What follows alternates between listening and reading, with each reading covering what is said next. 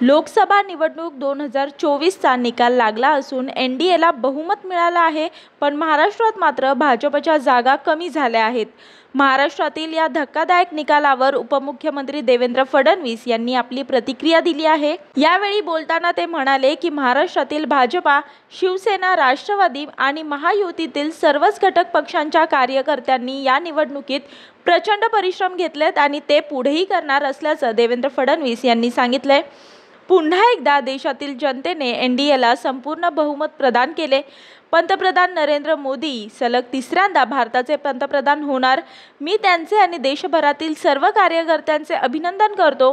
India आघाडीतील सर्व पक्ष मिळून जितक्या जागांवर आघाडीवर आहेत त्यापेक्षा अधिक जागा एकट्या भाजपच्या वाट्याला आल्या आहेत। याशिवाय आंध्र प्रदेशात तेलुगू देसम पार्टीच्या नेतृत्वात भाजप युतीला तर ओडिशात भाजपच्या नेतृत्वात दणदणीत यश मिळाले।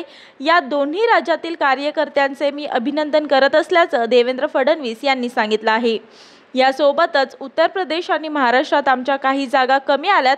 पश्चिम बंगालमध्ये अधिक चांगले यश मिळेल असे वाटत होते। असे झाले असले तरी भाजप स्वबळावर 310च्या पुढे गेली असती। देशातील जनतेने भक्कमपणे मोदीजींना साथ दिली आहे।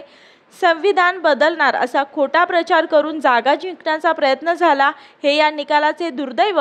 पण तरी निवडणुकीत जनतेचा जनादेश जसा असतो तसाच स्वीकारायचा असतो, तो शिरसावंद्या मानायचा असतो। या निकालाचे सखोल चिंतन करून विधानसभेत पुन्हा जनतेत जाऊ, या लोकसभेची कसर भरून काढू असं फडणवीसांनी सांगितलंय। यासोबतच आपल्या देशामध्ये सर्वसामान्य माणसाने सर्वसामान्य माणसाची ताकद काय असते हे दाखवून दिलं आहे। त्याबद्दल मी संपूर्ण सर्वसामान्य नागरिकांचे अभिनंदन करतो। सत्ताधारी कितीही मस्तवाल झाले तरी एका बोटाने आपण त्यांना हरवू शकतो असं उद्धव ठाकरेंनी म्हटलंय। मी वर्षा काटेकर, योद्धा न्यूज, नवी मुंबई।